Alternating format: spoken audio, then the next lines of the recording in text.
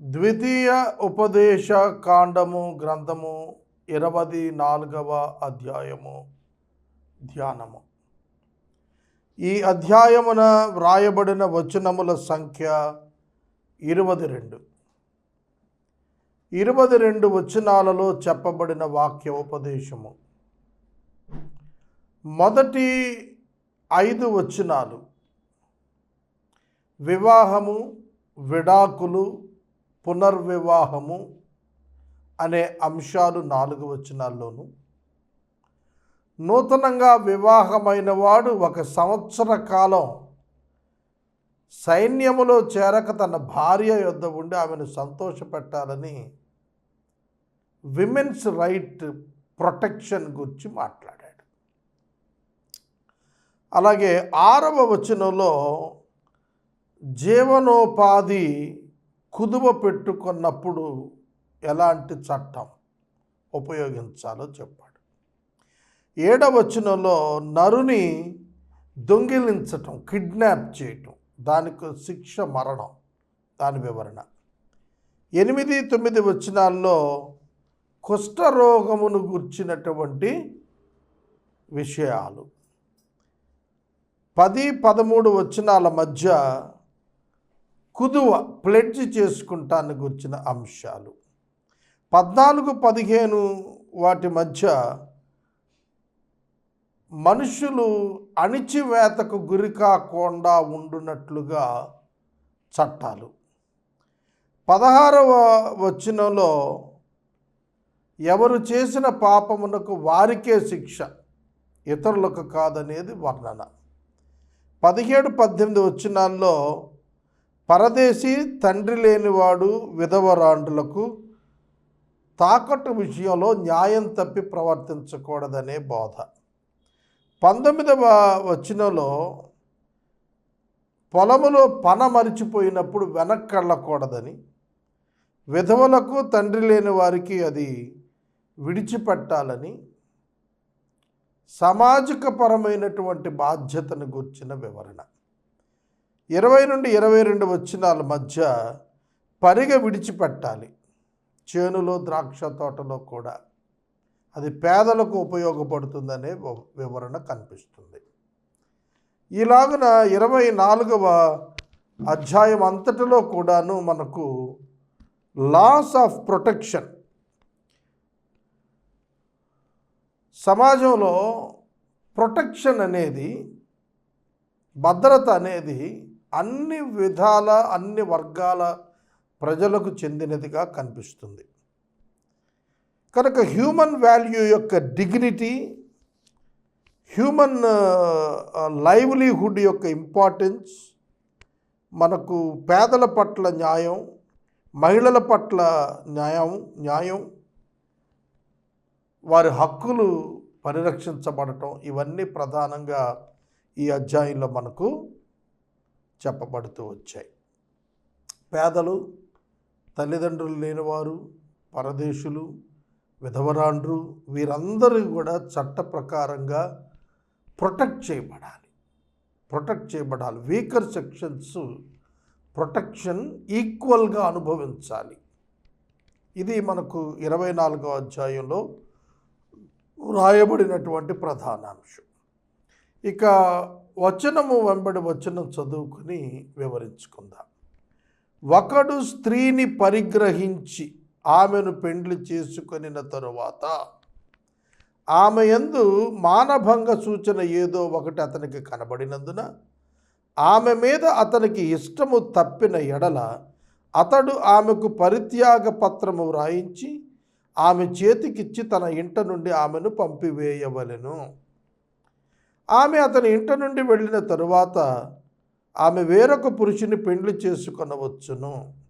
ఆ రెండవ పురుషుడు ఆమెను వల్లక ఆమెకు పరిత్యాగ పత్రము రాయించి ఆమె చేతికిచ్చి తన ఇంట నుండి ఆమెను పంపివేసిన ఎడలనేమి, ఆమెను పెండ్లి చేసుకున్న పిమ్మట రెండవ పురుషుడు చనిపోయిన ఎడలనేమి, ఆమెను పంపివేసిన ఆమె మొదటి పెనివిటి ఆమెను పెండ్లి చేసుకున్నట్టుకై ఆమెను మరలా పరిగ్రహింపకూడదు. ఏలయనగా ఆమె తన్ను అపవిత్రపరుచుకునను, అది యెహోవా సన్నిధిని హేయము గనుక నీ దేవుడైన యెహోవా నీకు స్వాస్థ్యముగా ఇచ్చుచున్న దేశమునకు పాపము కలుగకుండునట్లు మీరు అలాగు చేయకూడదు. 4 వచనాలు నేను చదివాను. ఇందులో యూదా సమాజంలో ఇజ్రాయేలు ప్రజల మధ్యన వివాహము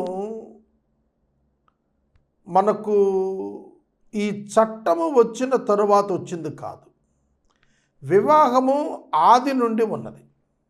ఆదాము హవ్వల దగ్గర వివాహ వ్యవస్థ ప్రారంభమైంది.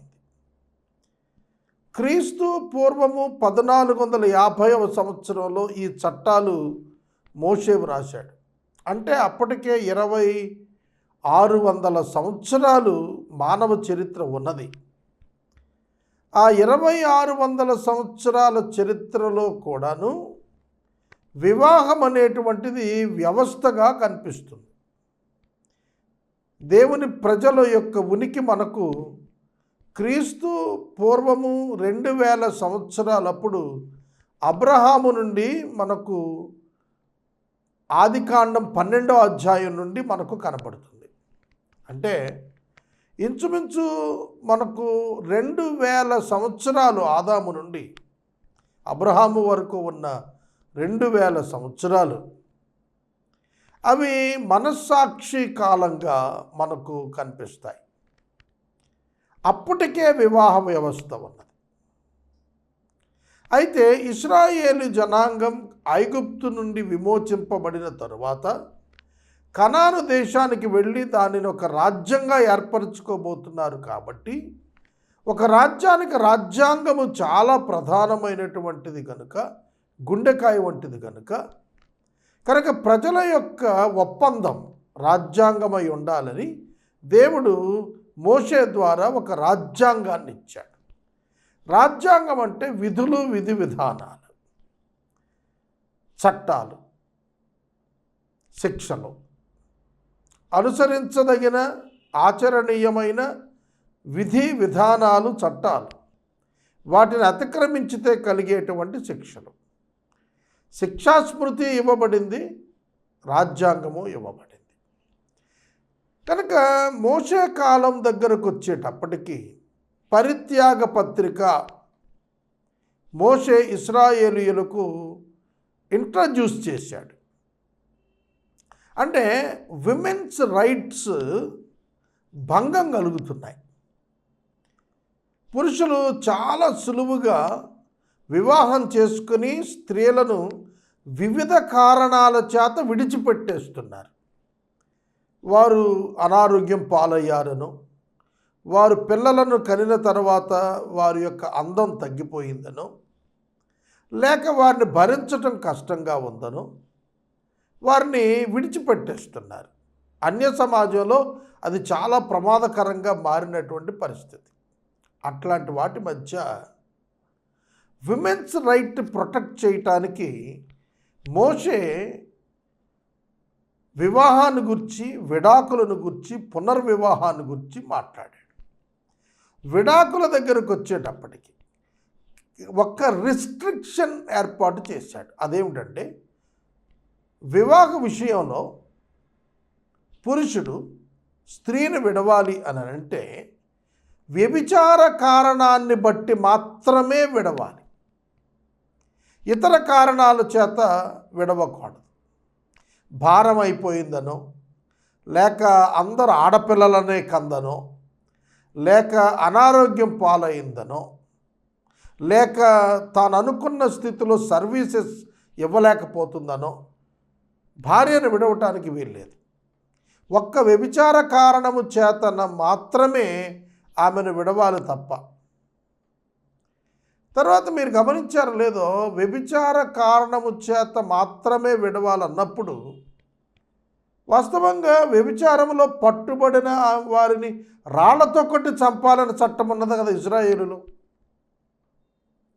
కనుక మనం చూస్తున్నప్పుడు ఇక్కడ వివాహ సంబంధమైనటువంటి అపనమ్మిక విషయంలో తప్ప ఆమెకు విడాకులు ఇవ్వటానికి వీల్లేదనే చట్టానికి వచ్చాడు. అంటే ఒక విధంగా మనం చూస్తే even in the Old Testament also it is impossible to give the divorce even at the period of Moses also. మోషే కాలంలో కూడాను డైవర్స్ ఇంపాసిబుల్ అయినటువంటి కండిషనే కనిపిస్తుంది. చూడండి, ఒకడు స్త్రీని పరిగ్రహించి వివాహం చేసుకున్నాడు. పరిగ్రహించుట, స్వీకరించి అని అర్థం.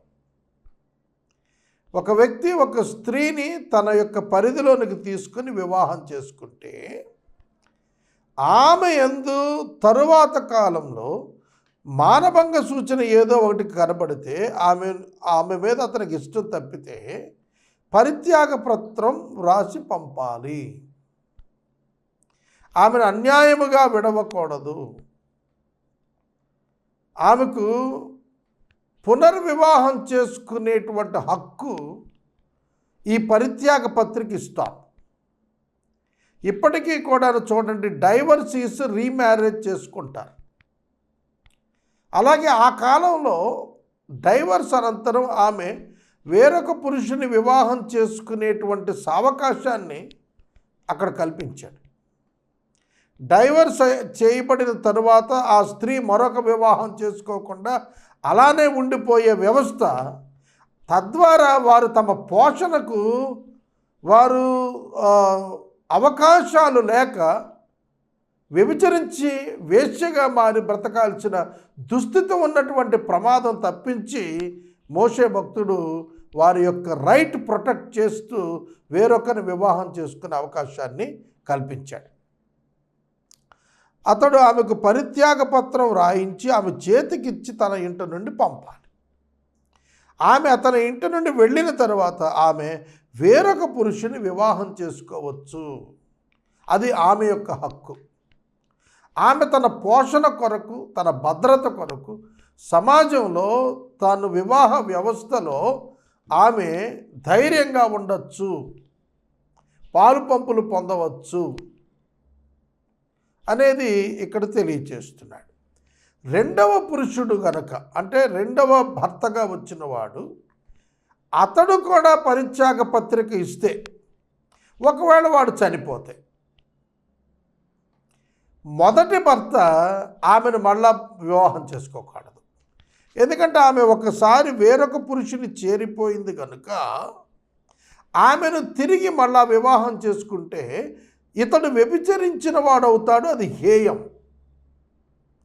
కనుక అది యెహోవాకు హేయమైన క్రియ కాబట్టి విడవబడినటువంటి దానిని వివాహం చేసుకొనకూడదు. రెండవ పర్యాయము ఒకే స్త్రీని పరాయి పురుషుని చేరిన తరువాత మరలా మొదటి భర్త స్వీకరించకూడదు. అది నీతిగా వర్ణించబడింది. ఇలా చేయకుండా చూసుకోమంటాడు. అయితే మనకి పరిశుద్ధ బైబిల్ గ్రంథంలో మత్తయి సువార్త 5వ అధ్యాయం 31, లూకా సువార్త 16-18, కొరింథీ మొదటి పత్రిక 7వ అధ్యాయం 10వ వచనంలో రైట్ టు డైవర్స్ అండ్ రీమ్యారేజ్ని గురించి రాస్తూ వచ్చాడు. అలాగే మార్క్స్ వార్త 10వ అధ్యాయం 1-8, మత్తయి సువార్త 19వ అధ్యాయం 7వ వచనం, వీటన్నింటిలో కూడాను వివాహాన్ని గురించిన, అలాగే వ్యభిచారము కారణము చేత ఏ విధంగా అయితే పరిత్యాగ పత్రిక ఇవ్వచ్చో చెబుతూ వచ్చారు. వీటిలో ప్రధానంగా యేసుక్రీస్తు ప్రభు వారి యొక్క ప్లీ ఏమిటంటే, ఇది మోషే మీ హృదయ కాఠిన్యం వల్ల ఇచ్చాడు తప్ప మొదట నుండి అలాగున లేదు. మొదట నుండి అలాగున లేదు అంటే క్షమించమన్నాడు. నీ సహోదరుని అన్లిమిటెడ్ టైమ్స్ క్షమించమన్నాడు కదా ప్రభు. నీ ఎడల తప్పిదము చేసిన నీ సహోదరుని క్షమించన్నప్పుడు భార్యను కూడా క్షమించని. మనకి బైబిల్ గ్రంథంలో యాకోబు యొక్క కుమారుడు, పెద్ద కుమారుడు రుబేను బిల్హాతో శయనించినప్పుడు యాకోబు విన్నాడు, ఊరుకున్నాడు. వాళ్ళను చంపలేదు, ఆమెను పంపించేయలేదు, ఇంటి నుంచి ఉంచాడు, పోషించాడు. ఆమె అపనమ్మకత్వాన్ని క్షమించాడు. మీ ఎడల అపరాధములు చేసిన వారిని మీరు క్షమించినట్లు మీ అపరాధములు క్షమించబడతాయి అని వాక్యం జ్ఞాపకం చేస్తుంది. కనుక ప్రతి ఒక్క వ్యక్తి ఒక విశ్వాసిగా తాను కూడా రోమా 2 ప్రకారంగా ఏ విషయములో అయితే ఇతరులకు తీర్పు తీరుస్తున్నాడో తానును అదే విషయాలలో తీర్పునకు గురవుతున్నాడు. అందున నిరుత్తరుడై ఉన్నాడు, ఏమి చేతగాని వాడుగా చేయలేని వాడిగా మిగిలిపోతున్నాడు. అందుకే ప్రభువు చెప్పారు, మీరు మీ ఎడల అపరాధములు చేసిన వారిని క్షమించేటట్లు మీ అపరాధములను క్షమించమని ప్రార్థించమన్నాడు. కనుక అపరాధం చేసిన వారిని క్షమించటం ఉత్తమమైనటువంటి మార్గంగా బైబిల్ చెప్పింది. కఠినము హృదయమును బట్టి డైవర్స్ మంజూరు చేయమనేది మోషే యొక్క టీచింగ్గా మనకు మొజాయిక్ లాగా మనకు అర్థమవుతుంది. ఇక 5వ వచనం, ఒకడు క్రొత్తగా ఒకదానిని పెండ్లి చేసుకుని సేనలో చేరిపోకూడదు. సేన అంటే సైన్యము అని అర్థం, ఆర్మీ. వివాహం చేసుకున్నవాడు వెంటనే ఆర్మీకి వెళ్ళిపోకూడదు. 1 ఇయర్ ఇంటి యొద్ద ఉండి ఖాళీగా ఉండి ఆమెను సంతోషపెట్టాలి. It is the right of a woman wife to spend her best time with her husband. ఒక స్త్రీ తాను వివాహం చేసుకున్న పురుషునితో వైవాహిక బంధాన్ని సంతోషంగా ఆమె గడిపి తీరాలి. అది ఆమె హక్కు. భౌతిక పరమైనటువంటి సంసార ధర్మం చేత ఆమె సంతోషించాల్సినదిగా ఆమెకు హక్కును దేవుడు ఇస్తున్నట్లుగా మనం చూస్తాం. అందుకనే వివాహమైన వాడు వెంటనే సైన్యములో చేరకూడదు అనేటువంటి ఒక ప్రత్యేక చట్టాన్ని ఇచ్చాడు. ఏడాది వరకు తీరికగా, ఈ పదాలు మీరు గమనించాలి, ఏడాది వరకు అంటే 1 కంప్లీట్ ఇయర్ తీరికగా అన్నప్పుడు పూర్తి సమయాన్ని భార్యకు అతడు వెచ్చించాలి. ఇప్పటికీ కూడా మహిళలు భర్తల మీద చేస్తున్న ఫిర్యాదు ఏమిటో తెలిసిన, మా భర్తలు మాకు సమయాన్ని ఇవ్వటం లేదు.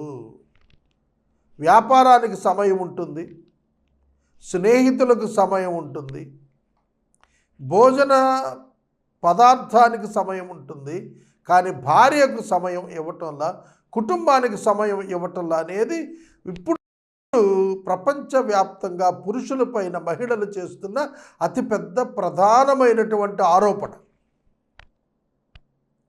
చూడండి, ఈ చట్టం ఇవ్వబడి ఇప్పటికి 3500 సంవత్సరాలైంది. It is the right of a women to spend her best time with her husband. కనుక ఇది బైబిల్ విమెన్స్ రైట్స్ని ప్రొటెక్ట్ చేయటమే కాదు, ఫ్యామిలీ యొక్క, కుటుంబం యొక్క సంతోషానికి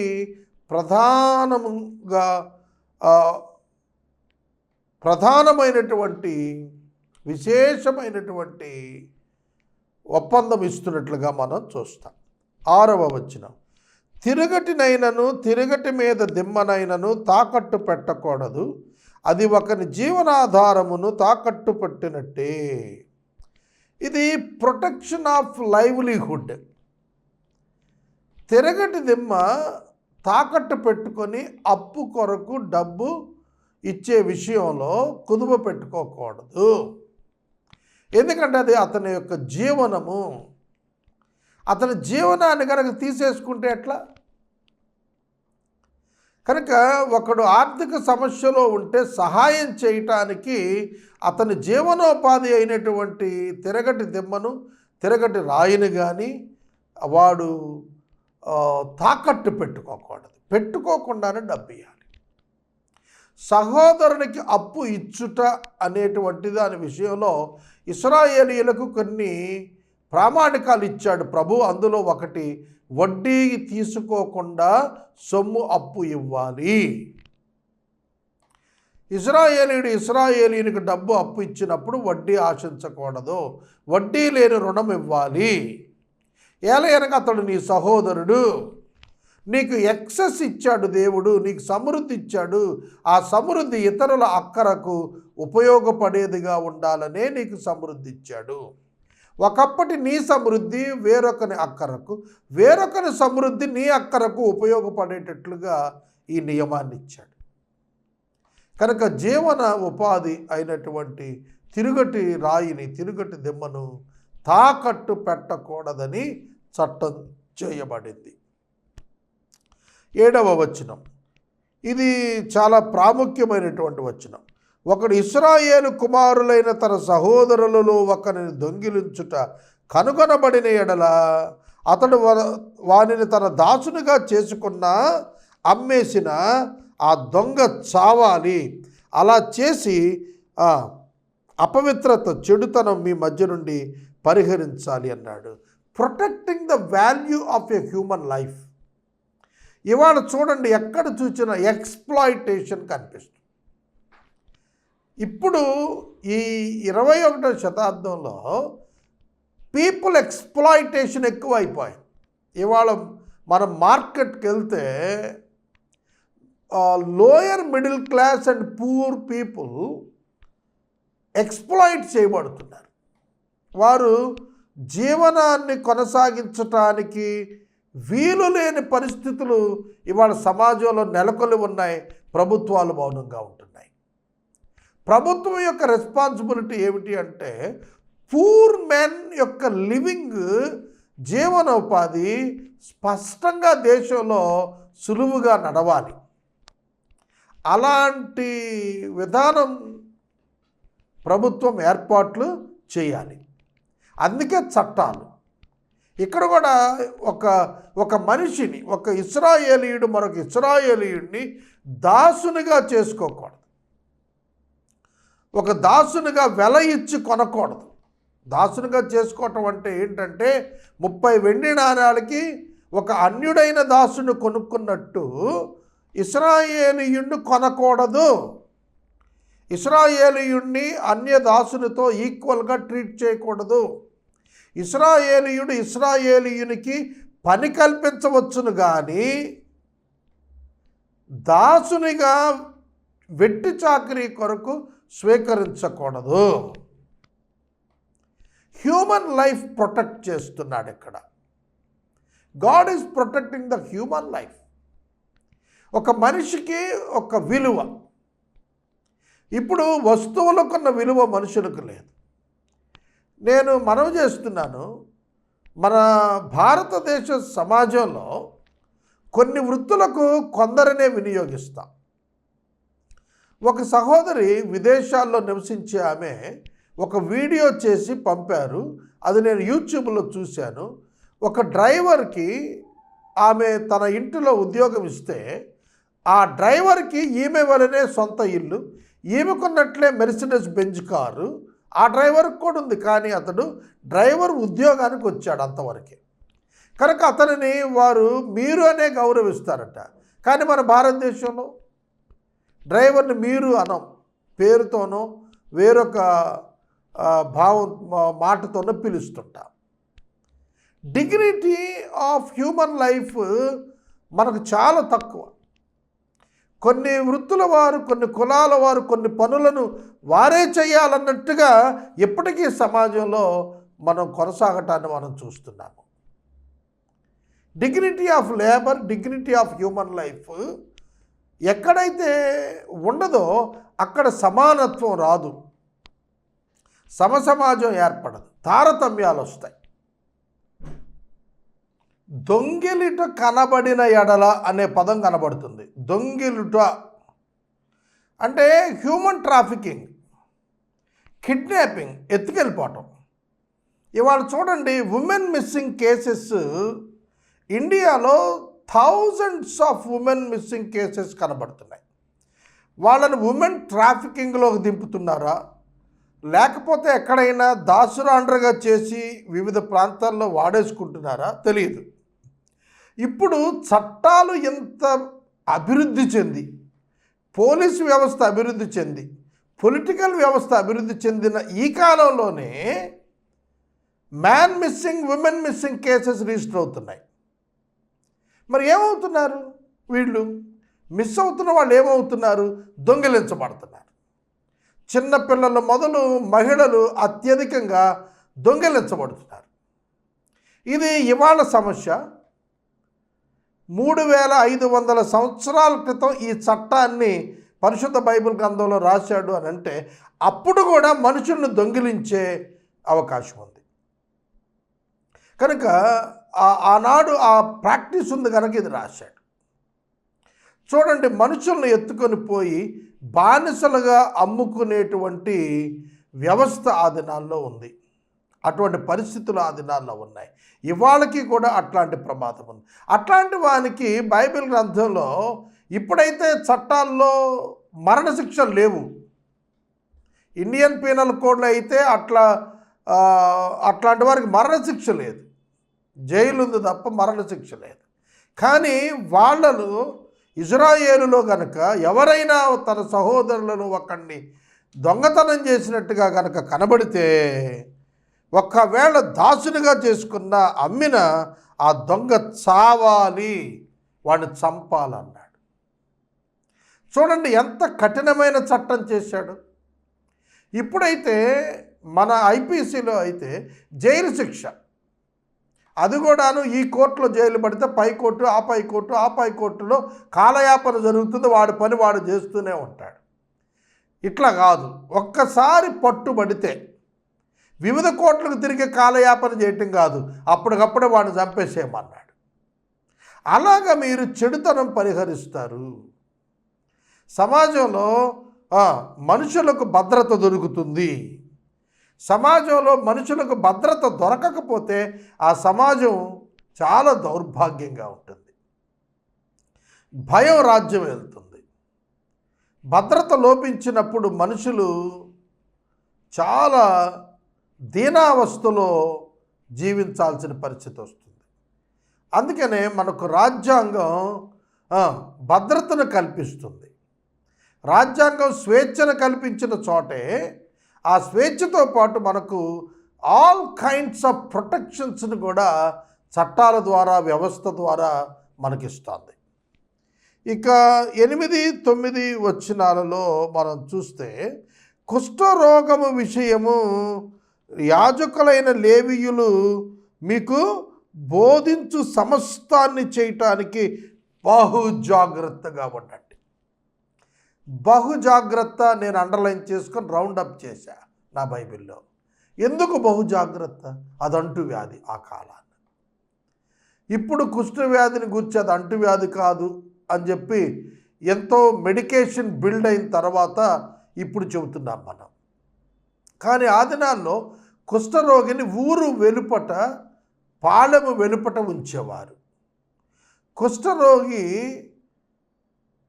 యాజకుని యొద్ద అతడు తన కుష్ఠరోగము మానిందని నిర్ధారణ చేసుకోవటానికి విధి విధానాలను లేవీకాండం 14వ అధ్యాయం ఏర్పాటు చేసింది. ఒకరి శరీరం మీద దద్దురు వచ్చినప్పుడు, పొడ వచ్చినప్పుడు, మచ్చ వచ్చినప్పుడు వాటిని పరీక్షించాలి. అది ఎక్స్పాండ్ అవుతుంది, డే బై డే అది పెరుగుతోంది అంటే అది వ్యాపిస్తోంది అన్నమాట.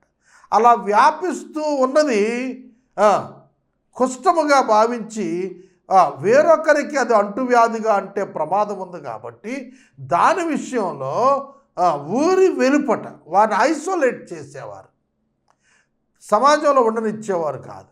మనకు కరోనా వచ్చినప్పుడు, కరోనా కాలంలో కరోనా పేషెంట్స్ని ఒక రెఫ్యూజ్ ప్లేస్ తీసుకెళ్ళి ఏ విధంగా పెట్టేవారో అక్కడ ఉంచి ఆహారము అన్నీ ఇచ్చేవారు కదా. అట్లా కుష్ఠరోగులను కూడాను ఊరికి వెలుపట, పాలెం వెలుపట పెట్టి అక్కడికి వారికి ఆహారం పంపేవారు.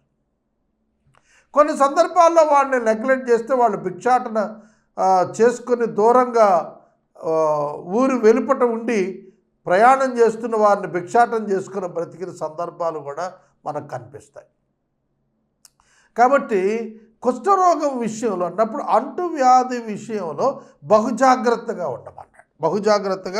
ఉండమన్నాడు. నేను వారికి ఆజ్ఞాపించినట్లు చేయుటకు మీరు జాగ్రత్తగా ఉండండి. రెండోసారి కూడా మళ్ళా జాగ్రత్తగా ఉండండి అన్నాడు. మీరు ఐగుప్తు నుండి వచ్చి ఉన్న త్రోవలో నీ దేవుడైనటువంటి యెహోవా మిరియామునకు చేసిన దాన్ని జ్ఞాపకం చేసుకోండి. మిరియాం ఏం చేసింది? సంఖ్యాకాండము 12వ అధ్యాయం 12వ వచనంలో ఈ మాటలు కనిపిస్తాయి. 12వ అధ్యాయం సంఖ్యాకాండంలో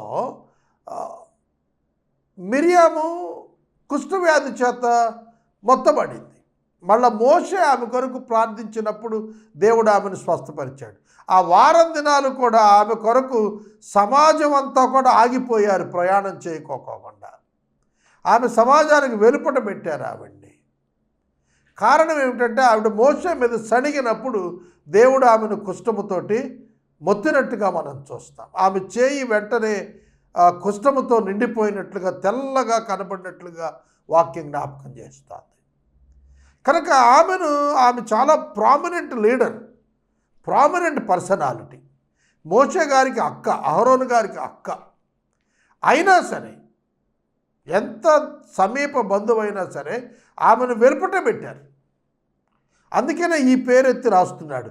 ఎంత ఇంపార్టెంట్ పర్సన్ అయినా కూడా ఆశ నొసట కుష్ఠము పుట్టిందని రాస్తారు. ఆశ తనంతట తాను ఆ స్థలము విడిచి బయటకు పారిపోయినట్లుగా వాక్యంలో మనం చూస్తాం.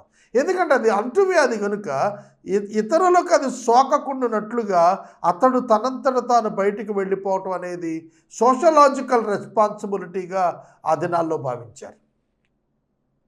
కనుక బహుజాగ్రత్తగా ఉండండి. మనవాళ్లే కదా, మన సమీపస్తులే కదా, ముఖ్యమైన వారు కదా అని అలసత్వం వహించకండి. అది స్ప్రెడ్ అవుతుంది, ఇతరులు నష్టపోతారు.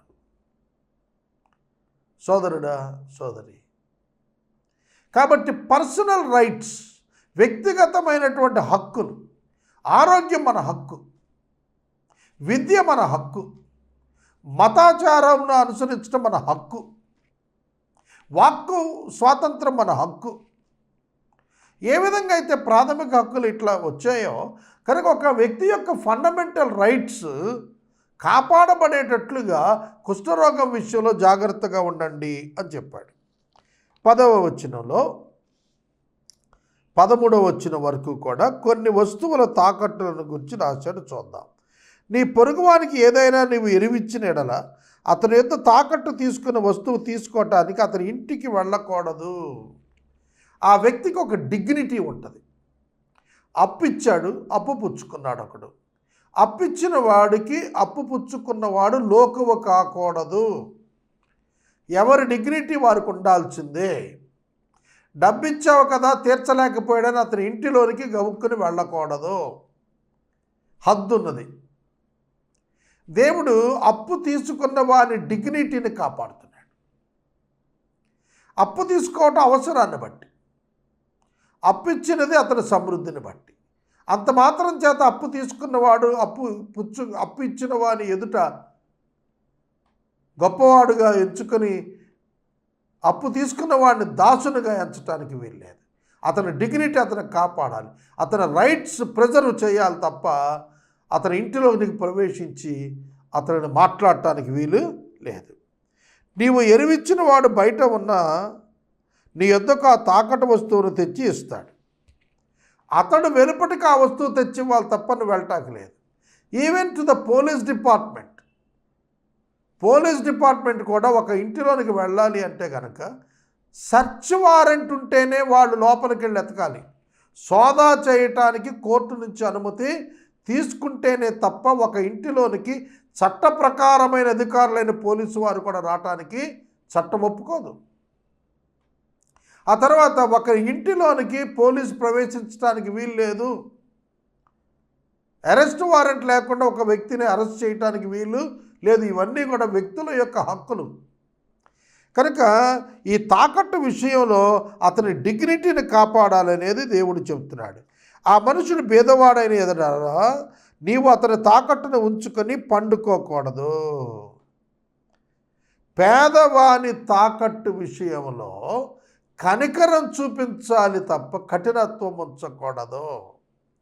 అతడు తన బట్టను వేసుకుని పండుకొని నిన్ను దీవించున్నట్లు సూర్యుడు అస్తమించినప్పుడు నిశ్చయంగా ఆ తాకట్టు వస్తువు అతనికి మరలా అప్పగించాలి.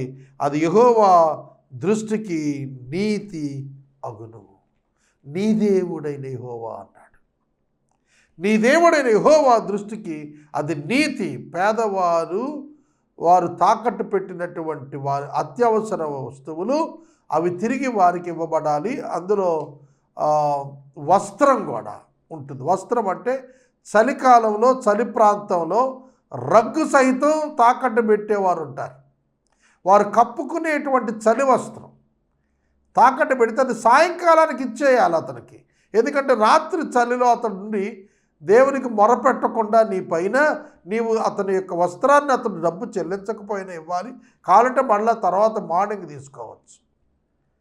డే టైం కుదువ పెట్టుకోవచ్చు, కానీ రాత్రిపూట వస్త్రాన్ని చలి ప్రాంతంలో వారు ఇజ్రాయేలీలు పాలస్తీనా ప్రాంతం చలి ప్రాంతం కనుక అక్కడ ఆ విధమైన చట్టాన్ని చేశాడు. అక్కడ పేదవాని యొక్క అవసరం ముఖ్యం. ఆర్థిక పరిస్థితి కంటే వ్యక్తి యొక్క జీవితం ముఖ్యం. అందుకే మనకు చట్టంలో కూడాను, భారత చట్టాల్లో ఇన్సాల్వెన్సీ పిటిషన్ ఉంది. ఒక మనిషి బ్రతకాలి, బ్రతికే హక్కు ఉంది అతనికి. అప్పు చేసినంత మాత్రాన అతను ఉరి వేసుకునో రైలు కింద పడి చావాల్సిన పని లేదు. కోర్టుకు వెళ్ళి తాను అప్పు తీర్చలేని పరిస్థితిలో ఉన్నానని, తన బాకీదారులందరికీ కూడాను తనకు విడుదల కలిగించాలని కోర్టును ఆశ్రయిస్తే ఇన్సాల్వెన్సీ ఇస్తారు. ఇతను అప్పు తీర్చలేకపోతున్నాడు అనేటువంటి ఒక పత్రాన్ని ఇచ్చి అతను బ్రతకటానికి హక్కు కల్పిస్తారు. కనుక వ్యక్తి బ్రతకటానికి కావలసిన హక్కులను దేవుడు పరిరక్షించాడని మనకు అర్థం అవుతుంది. 14-15 వచనాల్లో నీ సహోదరులలోనేమి, నీ దేశమందల నీ గ్రామంలో ఉన్న పరదేశులలోనూ ఏమి దీనదరిద్రుడైన కూలి వారిని బాధించకూడదు, ఏనాటి కూలి ఆనాడు ఇవ్వాలి. మీరు గమనించారా పదాలు? దీనదరిద్రుడట. నీ సహోదరుల్లో ఉన్న పరదేశుల్లో ఉన్న దీనదరిద్రుని కూలి ఏ రోజుది ఆ రోజే ఇచ్చేసేయాలి. కూలి బిగబెట్టకూడదు. వాడు మొరపెడితే దేవుడు నిన్ను శిక్షిస్తాడు. చూడండి, సాధారణంగా వారాంతపు కూలి ఉంటుంది, దినపు కూలి ఉంటుంది, వారాంతపు కూలి ఉంటుంది. మనకు పరిశుద్ధ బైబిల్ గ్రంథంలో ద్రాక్ష తోట యజమాని ఏ దినానికి ఆ దినము చెల్లించిన కూలి ఉంది. అలాగే వారాంతపు కూలి ఉంటుంది. వారాంతపు కూలి అంటే 6 రోజులు పని చేసినాక 6వ రోజు సాయంకాలం తీసుకునే కూలి. కొన్ని చోట్ల నెలవారీగా ఉంటుంది, అది నెలవారీ జీతంగా మనం చూస్తాం. కానీ దీన దరిద్రుడు ఏ రోజు డైలీ బ్రెడ్ కొరకు ఆ రోజు అతను పనిచేస్తాడు. అతను గనక పని చేయించుకున్నవాడు డబ్బు ఇకపోతే, అతను ఇంటికి ఆ డబ్బు తీసుకెళ్ళకపోతే తను తన భార్య బిడ్డలు పస్తుండాల్సి వస్తుంది. కాబట్టి వారికి ఏ రోజు కూలి ఆ రోజే చెల్లించాలి. దేవుడు చట్టం చేశాడు దాన్ని. నైతికతని వదిలిపెట్టలే, దాన్ని చట్టం చేశాడు. 15 వచనం, సూర్యుడు అస్తమించక మునిపే వానికి ఇచ్చేయాలి. వాడు పేదోడు, దాని మీద ఆశ పెట్టుకుని ఉంటాడు. వాడు నిన్ను బట్టి యెహోవాకు మొరపెడతాడేమో, అప్పుడు అది నీకు పాపం అవుతుంది. కూలి బిగబడటం పాపము. సూర్యాస్తమయం లోపల ఇవ్వాలి, బిఫోర్ 6 o'clock ఇచ్చేయాలి.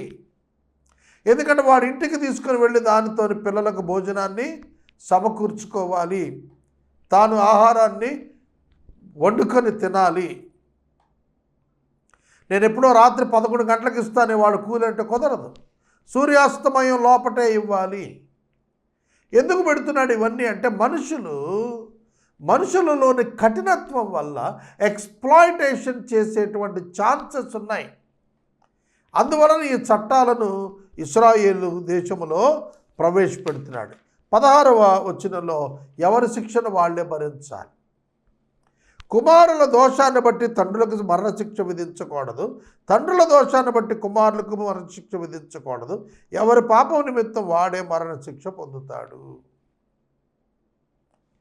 చాలా సందర్భాల్లో పోలీసు విభాగం ఒక వ్యక్తిని అరెస్ట్ చేయటానికి వాడు పరారీలో ఉంటే వారి యొక్క పేరెంట్స్ని తీసుకొచ్చి కూర్చోబెట్టి ఒత్తిడి తీసుకొచ్చిన సందర్భాలు చూసాం. అలాంటివి కుదరదు, అది చట్ట వ్యతిరేకము.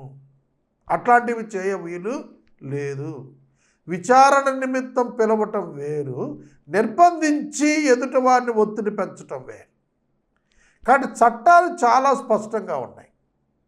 ఇవాళ మనకు ఈ వచనంలో అర్థం చేసుకోవాల్సింది ఏమిటంటే, ఎవరి దోషాన్ని బట్టి వాడికే శిక్ష. తండ్రి దోషం చేశాడని కుమారుని, కుమారుని దోషం చేశాడని తండ్రిని శిక్షించటానికి, నిర్బంధించటానికి వీలు లేదు. కనుక దోషము వ్యక్తిగతము, అపరాధము వ్యక్తిగతము. ఆ వ్యక్తి మాత్రమే ఆ ఛార్జెస్ని ఎదుర్కొంటాడు తప్ప ఫ్యామిలీ మెంబర్స్కి దానితో ఏ విధమైన సంబంధం ఉండదు. వారు నిర్దోషులే. కనుక ఇండివిజువల్ రైట్స్ ఫ్యామిలీలో కాపాడబడటానికి ఇది చెబుతూ వచ్చాడు. ఇక 17-18 వచనాల్లో పరదేశికే కానీ తండ్రి లేని వానికే కానీ న్యాయము తప్పి తీర్పు తీర్చకూడదు. పరదేశి, అతనికి ఎవరు ఉండరు అతన్ని సపోర్ట్ చేయటానికి. తండ్రి లేని వానికి కూడా ఎవరు సపోర్ట్ చేయటానికి ఉండరు. వారి తరపున ప్లీ చేసేవారు లేరు కనుక వారికి నేను న్యాయం తప్పుతాను, ఎవడు అడుగుతాడు నన్ను అన్నట్టుగా ప్రవర్తించడానికి వీలు లేదు. విధవరాలి వస్త్రం తాకట్టుగా పెట్టుకోవద్దన్నాడు. విధవరాలకు సహాయం చేయటమే తప్ప ఆవిడ యొక్క వస్త్రాన్ని తాకట్టు పెట్టుకొని ఆమెను బాధించకూడదు. ఐగుప్తులో ఒకప్పుడు నువ్వు దాసుడిగా ఉన్నావు కదా, దాస్యం అంటే నీకు తెలుసు. నువ్వు దాసుడి గుండా ఎన్ని శ్రమలు పడ్డావు నీకు తెలుసు. పేదవాడు ఎట్లా శ్రమ పడ్డాడో అక్కడ నువ్వు శ్రమ పడ్డావు. విధవరాలు ఎట్లా వివక్షకు గురైందో అక్కడ నువ్వు వివక్షకు గురయ్యావు. ఆ విధంగా పరదేశిగా నువ్వు అక్కడ ఎట్లాంటి అనుభవం చూసావో ఇప్పుడు నీ యొక్క పరదేశినికి అలాంటి అనుభవాన్నే ఉన్నదని గుర్తిరిగి అతని పట్ల కనికరముతో నీవు వ్యవహరించాలి. నీ దేవుడైన యెహోవా అక్కడి నుండి నిన్ను విమోచించాడని జ్ఞాపకం చేసుకొని ఈ కార్యం చేయాలని నీకు ఆజ్ఞ ఇస్తున్నాను. కనికరం చూపాలి అనేది ఆజ్ఞగా అక్కడ ఇస్తున్నాడు. పరదేశులని, విధవరాండ్రని, తండ్రి లేని వారని అన్యాయము తీర్పు తీర్చటానికి వీలు లేదు. వారి పక్షముగా పక్షపాతము చూపుటకు వీలు లేదు. చట్టము అందరికీ సమానమే. పేదవాడికైనా ధనవంతుడికైనా చట్టము సమానమే. పరదేశికైనా ఇజ్రాయేలీయుడికైనా చట్టము సమానంగా జీవిత విషయంలో, పరిరక్షణ విషయంలో, జీవన పరిరక్షణ విధానం విషయంలో ఒక్కటే ఉండాలి అనేది మనకు నేర్పించబడతాం. 19వ వచనం, నీ పొలములో నీ పంట కోయుచున్నప్పుడు పొలములో ఒక పన మర్చిపోతే అది తెచ్చుకోవటానికి నీవు తిరిగి పోవద్దు. నీ దేవుడైన యెహోవా నీవు చేయి పనులన్నింటిలో నిన్ను ఆశీర్వదించేటట్లు అది పరదేశులకు, తండ్రి లేని వారికి, విధవరాండ్రకు ఉంచాలి. పొలములో మరిచిపోయిన పన, కొన్ని పనులు మరిచిపోయి ఇంటికి చేరిపోయిన తర్వాత అవి తెచ్చుకోవటానికి వెళ్ళొద్దన్నాడు. ఆ పనులు పేదలకు ఉపయోగపడనివ్వన్నాడు. కాబట్టి పేదల యొక్క భోజనం కొరకు దేవుడు చింతిస్తున్నాడనేది వారు తెలుసుకోవాలి. కనుక కొంత భాగం నీ సంపాదనలో లేనివాడికి చెందాలి అనేటువంటి అర్థం ఇశ్రాయేలీల ధర్మశాస్త్రం అంతా కూడా చెబుతోంది.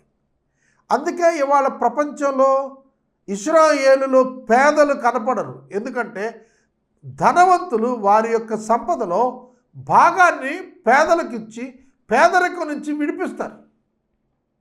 వారిని అప్పుల నుండి విడిపిస్తారు. వారు వ్యాపారాలు పెట్టుకోవడానికి వడ్డీ లేకుండా సహాయం చేస్తారు. అందుకని ఇశ్రాయేలీలలో ఆర్థిక పరమైనటువంటి వ్యత్యాసాలు చాలా తక్కువగా ఉంటాయి.